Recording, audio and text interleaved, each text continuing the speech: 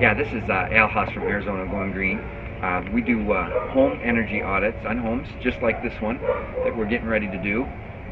We do the home energy audits to try to find the best ways to save energy, where this home is efficient and inefficient, so that we can save that energy, save you a little money, and help us save some fossil fuels and save the planet.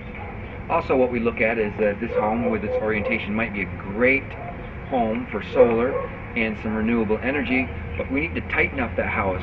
Energy experts all over will tell you the first thing to do is tighten up that house, because you can waste solar energy as well as wasting your fossil fuel energy. So we want to tighten up this house, make it as efficient as possible, and then when we are looking at the renewables, we get our best return on investment for those renewables.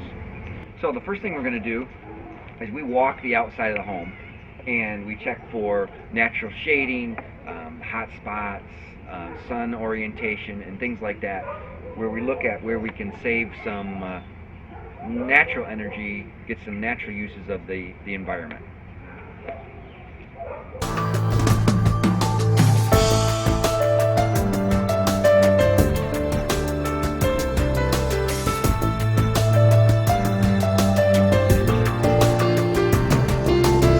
One of the things when you're looking is you're looking for how the envelope is sealed from the outside. Now I will do further tests, but as I was walking outside, where this wall used to be complete and they changed their overhang here, you can see in the brick right there, there's actually a hole in that brick there. Now I will test that in the inside as well when I get my thermal gun out to see if there's a penetration, but there's a good chance what we're going to do is see some penetration there, which would make some air infiltration during the hot times of the summer, which would be very easy to patch there with just a little bit of cement and stuff like that, or any type of sealer, even clear caulk sealer like that will look. So that's the kind of thing we're looking for from the outside. Now the other thing that I found out here is this home has no east-west orientations, which was windows on the east-west orientations, which is sometimes you get the morning sun, afternoon sun. The other thing here we look for very much is the south exposure, and as we have here, they put up these things in here, and the overhang they have at 2 foot, the window down there is pretty well secluded because it's more on the east side, and when the sun comes up to that the fireplace there, they're kind of shaded, but this whole window area here is very exposed to the sun almost continually all day with this very little break here.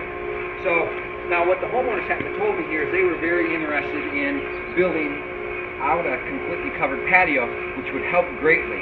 In the meantime, what I would probably recommend, and I know they can't necessarily do on the old door, is either looking at some sun screens on the side windows, or looking at a solar film that can be put on the inside of the windows to reflect some of that radiant heat that's coming in. The color. So what you can do now is actually, if you put your hand on this brick, you can actually see the heat coming off that brick. So even right now, we are only at a day where we're probably only 80 degrees outside right now, and I'm getting a 110 degree reading off that brick with a non-insulated wall. More of a lighter color, reflective color here would be a little better for them.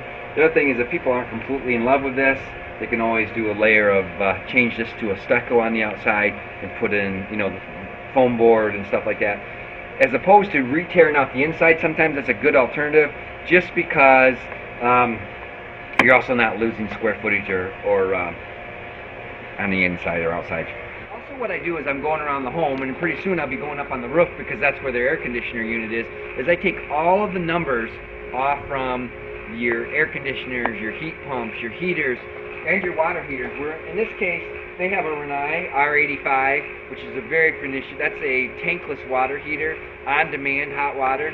Very efficient, very more efficient than a gas actual water heater, because you're not reheating that water, which is the big waste in the water heaters, is that when you're not using the water, as the temperature drives down, it reheats it. Temperature drops down, reheats it. So you get that cycle that you're using energy even when you're not needing.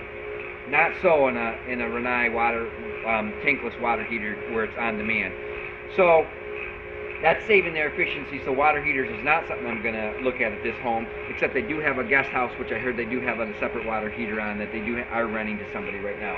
So, but I will take the model numbers off this. I will go up on the roof. I'll get the model numbers off the air conditioner. I'm checking for efficiency units if I find older units, then we can calculate some efficiency as up what it would be and what the cost savings would be on upgrading their HVAC equipment at that point. Okay, what we're going to do next is we're going to do a blower door test. What the blower door test does is it puts the house under negative pressure and it measures how much air filtration we have in here, which we can then convert into air changes per hour, and we can also convert into establishing and calculating the exact size of the hole had all those little holes been in one spot. So I'm going to go ahead and set up with that. Blower door is done in the door here. We'll make sure all external windows and doors are shut, but all internal doors are open. So now what we do with the infrared gun is we actually come around looking for spots, and as you can see here by these lights there are areas that it looks like at one time when they put those lights in they move back the insulation. So you have a patch there that looks like for some reason it's not insulation. I don't know if they have an unvented attic with ceiling foam insulation, but it looks like to me for some reason they're either thinner in that spot or didn't get underneath behind the lights.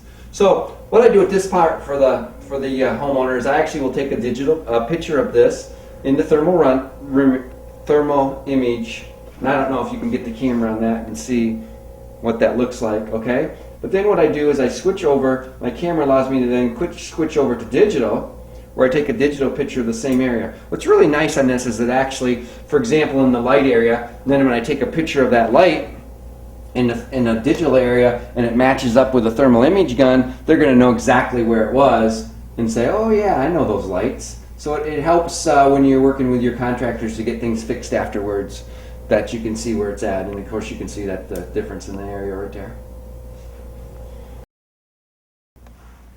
Okay, now over in this corner, this is the corner that matches up to the hole I took outside earlier.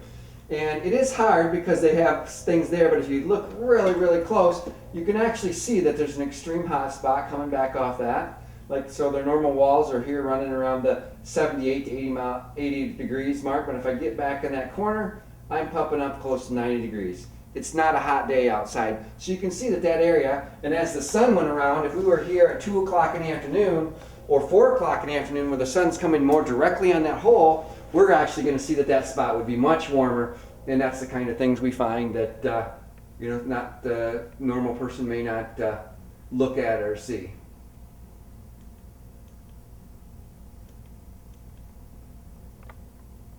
And again, we'll take the thermal picture and the digital picture for them so that they can match that up. And of course, because of their decorative there, they're going to very easily match up to what we have.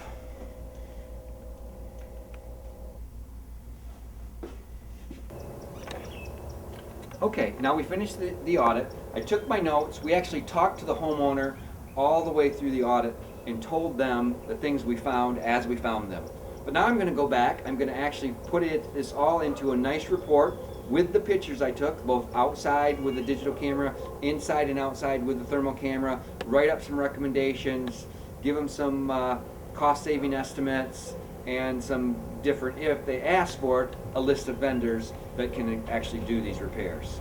So at that point, we're on the way. It looks like we can do some things to this home that we can save them maybe 10-15% on their energy cost, exactly where they want it to be. Higher level home, not a really, really bad insulated home. We have some homes where we've actually went and saved them 30-40% on their energy bills. But also, that extra 15%, when they do go solar, and the limits of the solar they can have because of the amount of roof space they have, will be 10 to 15% now more effective in reducing their bills.